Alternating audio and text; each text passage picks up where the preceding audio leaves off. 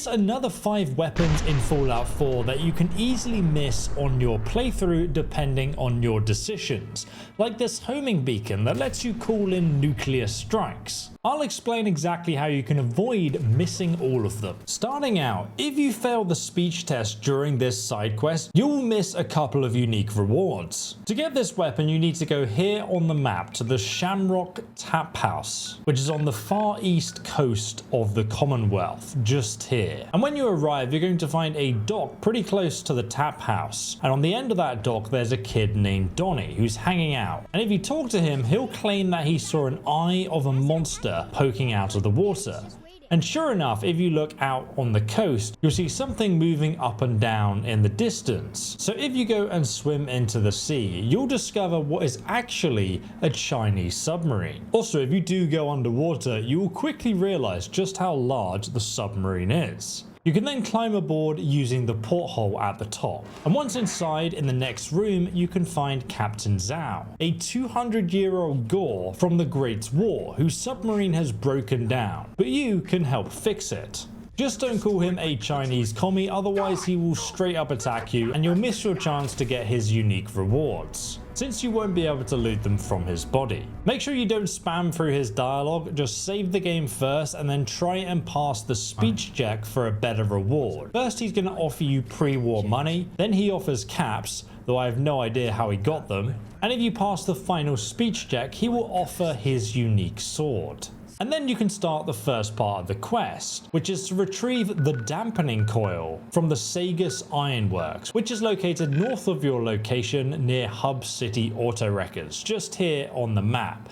Now this location is owned by a faction called the Forged, who wield flamers, and there's actually a couple of unique weapons we can pick up while we're at this location. Firstly, we can get the legendary Heavy Incinerator here in Sagus Ironworks if you have the Anniversary Edition or the free Heavy Incinerator creation installed. Inside Sagus Ironwork, you'll come across an enemy called the Forged Keeper. Once you kill him, this is going to activate a side quest called Crucible, which you can activate in your Pip-Boy for easier quest markers. And then you need to loot the Forged Keeper's body for the Keeper's note. If you read it, you'll then be directed to the Keeper's toolbox, easily accessible by heading up the steep fallen ramp on the east side of the building. And then you can find the red toolbox just on the shelf here. Now you can either lockpick this or you can find the key for it under the can on the shelf above. Then if you read the Forged Recruit's note inside it, you'll be directed to turn off the lava flow downstairs by pressing this big red button. Then you can move the Crucible out of the way by using the terminal, which is upstairs again. This is going to uncover a secret stash underneath where the Crucible was,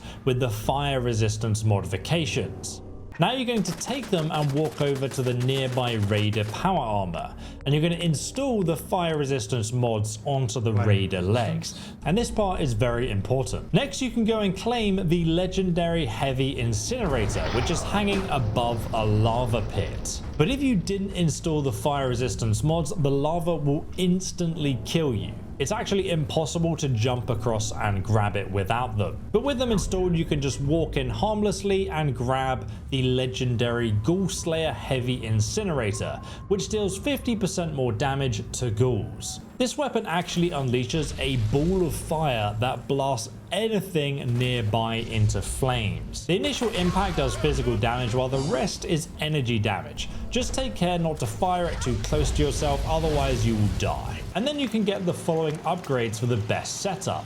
Firstly, the napalm canister and the long barrel for maximum damage. The large propellant tank is going to boost the ammo capacity, add the ported nozzle for max damage at the cost of some slower fire speed, and then the incinerator shield is going to make you completely immune to fire damage.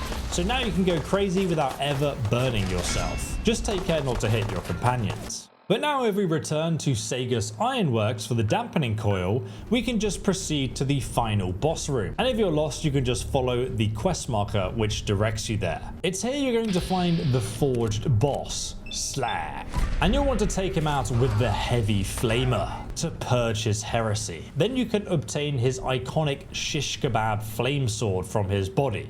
Now, while the Shishkebab weapon is not unique, this is the only guaranteed location you can find it. And it can also be upgraded with the extra flame jets to boost its energy damage even further. And then finally, we can get the dampening coil right at the back of the room just down the stairs by activating the panel at the back here. And then we can finally return back to Captain Zhao on the submarine. After you return the coil, he will then tell you to locate the warhead. But to do this, you must fight through the remains of his crew, which are now feral ghouls.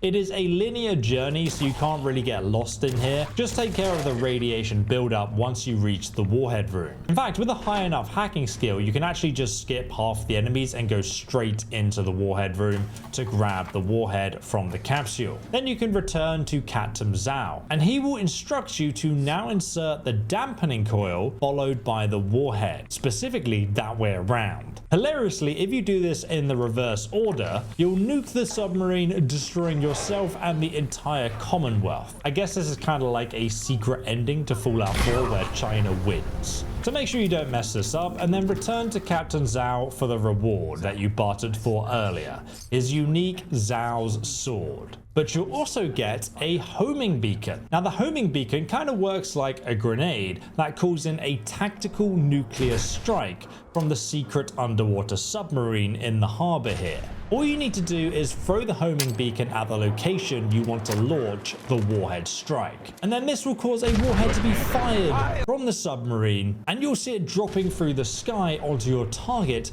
absolutely obliterating it. In fact, if you pause the game, you can actually see the giant tactical nuke hurtling out of the sky towards its target. However, you only get 3 homing beacons to use, so use them wisely.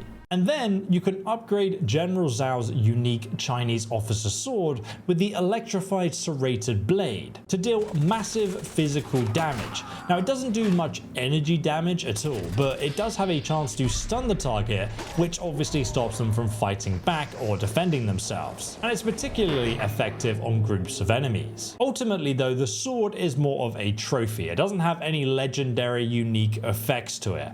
However, you can also grab the Big League and Bloody Mess perks to boost the melee damage even further. But Fallout 4 has several factions you can join, and some of them have unique weapons that you will only be able to access if you side with that faction and complete some of their quest line. Some of these come in the form of quest rewards, while others are made available for purchase after you gain enough trust with that particular faction. For example, the Brotherhood of Steel will not sell these 2 legendary weapons to you until you progress their main quest. The first unique weapon is unlocked after you finish the main quest Blind Betrayal, where Elder Maxim will then promote you to the Paladin rank. And now if you travel to the Brotherhood Pridwin blimp just here on the map and then head straight through to the front of the ship, you can find Proctor Tegan, who will now sell you the unique rocket launcher, Death from Above. The legendary effect lets you move 75% faster while aiming down sights.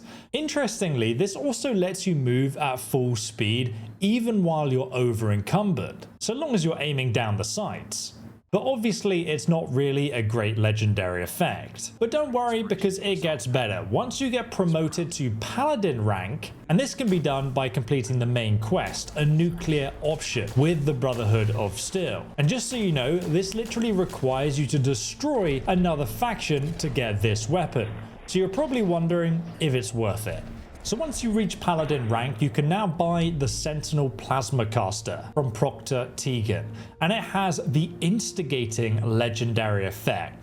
This makes the weapon deal double damage against enemies with full health. So to maximize the damage, we're going to need to grab the following weapon upgrades first: the overcharged capacitor, the improved sniper barrel to maximize your single target damage, and then either the sniper or recoil compensated stock. Now the instigating legendary effect does stack with sneak attack damage, so if you attach a medium scope, it's easier for you to hit enemies before they know you're there. Alternatively, you could just put a recon scope, which makes the weapon way more usable up close. Now since plasma deals both physical and energy damage, which doubles with the instigating effect, it is a surefire way of taking down any target reliably due to the obscene first shot damage when the enemies are at full health. But I wouldn't side with the Brotherhood just to get this weapon unless you already intend to do so anyway. But if you are worried about missing some of the unique legendary weapons, I've actually made another video where I show you 2 unique weapons you can easily miss during these 2 different side quests, and you can check that video out right here or linked below. I'll see you there.